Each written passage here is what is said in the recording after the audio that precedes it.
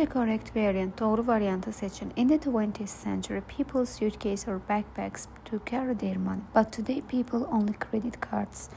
Biz burada zaman zərflərinə görə düzgün zamanlar təyin etməliyik. Birinci tərəfdə in the 20th century 20-ci əsrdən söhbət gedir və burada biz keçmiş zaman istifadə etməliyik. İkinci tərəfdə isə today indiki zamana aid olduğu üçün indiki zaman istifadə edəcəyik ki, A variantında were used keçmiş sadə məchulu, are used isə indiki sadədə düzgün şəkildə verilməyən bir formadır. Və birinci tərəfdə insanlar pullarını daşımaq üçün çamadan və yaxud da ki, çantalardan istifadə edirdilər. Burada istifadə edən insanlar özü olduğu üçün məchul növ gərək deyil, ona görə A variantı səhvdir. B variantında did not yazmışıqsa feildəki idi düşməli idi.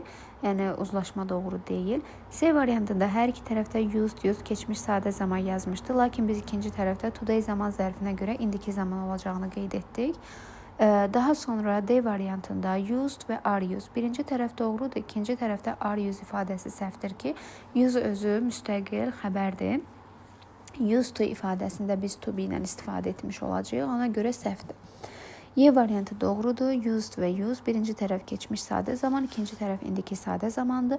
Tərcüməmizə əsasən isə 20-ci əsrdə insanlar pullarını daşımaq üçün çantalardan və yaxud da ki, çamadandan istifadə edirdilər. Lakin bugün insanlar yalnız kredit kartından istifadə edir.